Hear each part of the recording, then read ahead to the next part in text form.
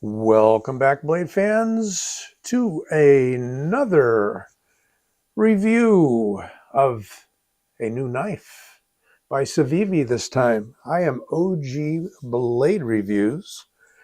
Yes, formerly This Old Sword, and I'm still an old sword, but OG Blade Reviews says it more succinctly. Been doing this for a while and been collecting knives for a lifetime, a long lifetime at this point. So what do we got from Mr. Ostap Hel, a Polish knife designer, very prolific, designs for Bestech, Civivi, and many others. And we're barely going to be able to find this blade in the smallish pouch. You do get lots of knife stickers and product use, a microfiber cloth in the typical fluorescent green sort of Civivi flavor, color. What is this? It's jewelry, right? Yeah, that's kind of cool jewelry. Well, it's called the Pyrus, and that is a name for either a tree or some fruit. I looked it up, and that's the basic thing that I found out. First thing you notice is it is small, and it is odd-shaped, and there is the Civivi logo. And there is a pocket clip that is reversible by removing two screws, sliding this out, and putting it on the other side. What do you get? Well, you get a knife that's hard to open because the safety's on. It reminded me to point out the fact that we do have it locked in place, but there it is. It will not lock open because it is what's called a double detent, right? There's a detent there and a detent there. Well, you can call it a ring knife, and it ain't a karambit, but it's got a claw like a karambit, and is a good little cutter for opening your Amazon packages, right? And maybe kind of an extra hangnail if you were put in a position where you had to fend somebody off. This particular model is in carbon fiber, and it's a solid carbon fiber. It's not a laminate carbon fiber. That's kind of a good thing. I don't like those laminates that you do see on a lot of the Spyderco and other knives, the Taiwanese Spyderco knives at least. How would you use this thing? Well, placing your thumb on the back, and be careful not to put your finger up front if you expect any back pressure, because that back pressure will close it. So the safety position that I found is here, because by placing your thumb on that jimped spine, if you want to call it that, that's contoured into the handle of this knife, you are going to have a harder time closing that. And you can see that it would take quite a bit of force. I'm not going to force it because as I put pressure there, I've been working my middle finger up, and we don't want to cut the middle finger because you might need it someday. Yeah.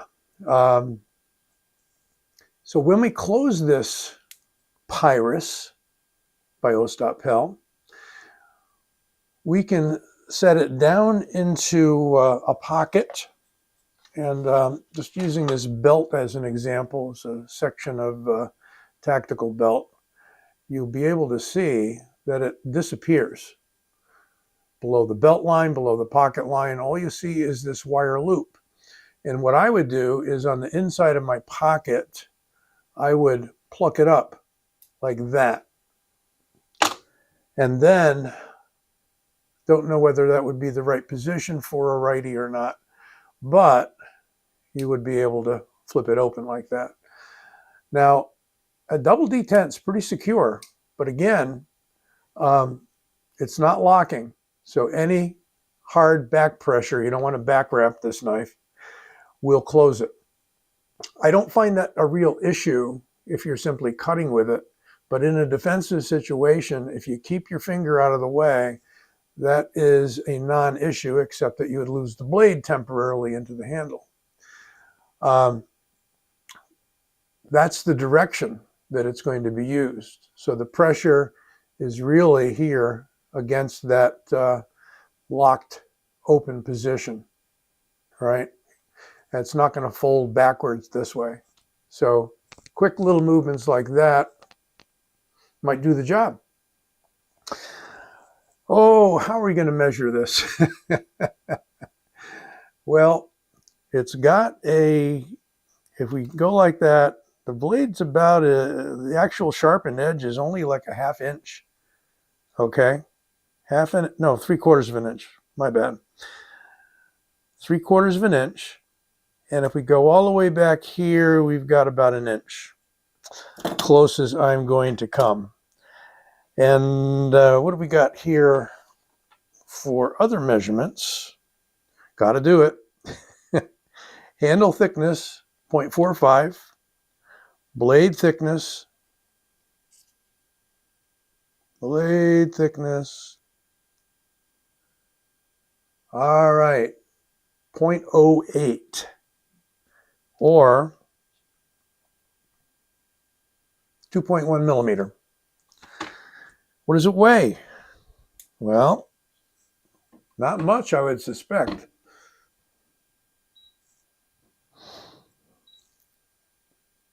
We've got a whole 0.95 rounding up ounces, under an ounce. I don't think it's going to drag your jeans down around your ankles. Nope. Very unusual knife, yes, absolutely. And you may immediately see this and say, yuck, I don't want it. You could call it a novelty knife. Ostap likes to name his little knives like this after flowers and plants and so on and so forth. So I'm inserting this little cutting test with the Pyrus since I forgot. And this baby is sharp, as you might suspect from a claw-style blade, hawksbill or whatever. Sharper than some full-size knives that I've tried lately. All right, there you go, cutting test of the Pyrus. The Strellet was one of the first to come out in that line, named after flowers. The Strellet is a name that refers to the bird of paradise flower, as I understand it. I happen to like this one quite a bit. It is a secure little, call it a push knife or push dagger. It will go that way and it will go that way. So we've got another claw in this case. Let's see if we can get it a little closer. So we've got a couple of claws there. And one more, and I don't know what this is named after. My pronunciation is going to say Civivi, Ki-V, and it is a front flipper that for me is a little bit difficult to get open. I don't carry this knife, but this is the idea here. And it's a little difficult getting it all open, but that is another tiny one in a different form, non-claw, by Mr. Ostap Hel. So that's Bestech, that's Civivi, and I believe, yep, that is Civivi because we see the C there. As I said, Ostap is from Poland. He is a well-known knife designer. He doesn't just design small, tiny little miniatures, but he does design full-size knives as well. There's the Kratos by Concept, which is good 3.5 or better inches. And he designed another one for either we or Civivi. That is the Arsenal, I believe. Those are full-size, regular folding knives. But these are novel. These may or may not find a place in your pocket, shirt pocket or otherwise, or drop in your pocket. You can remove on this particular one, the Pyrus, you can remove that clip entirely if you don't want a clip. Personally, I think it would be kind of cool in a pocket. And to prevent it from opening, again, you've got the little sliding lock, which blocks the blade from opening. No way you're going to get that open until you slide it down like that. It's positioned such, let me get these guys out of the way. One day I'll be able to open that Civivi properly. I had a larger one. I donated that to the Knife Junkie channel for giveaway. I'm not sure if that went yet or not. So opening it is going to be a matter of sliding this down. How would we do that? Slide it down like that and flip it open like that. And then it's in the hand. So with a little bit of practice, like anything, a little bit of practice will get you there. And again, you may consider this to be like useless in a tactical self-defense sort of situation, or you might consider it to be just a really nice cutter to open packages, cut rope and 550 cord, whatnot. But there you have it. Like it or not, that is the Pyrus. I got this, my own purchase, from White Mountain Knives. And they're coming in only around 40 bucks or so, I think. Might be some variance from material to material. I happen to like the carbon fiber, particularly when it's the real deal. But there you have it.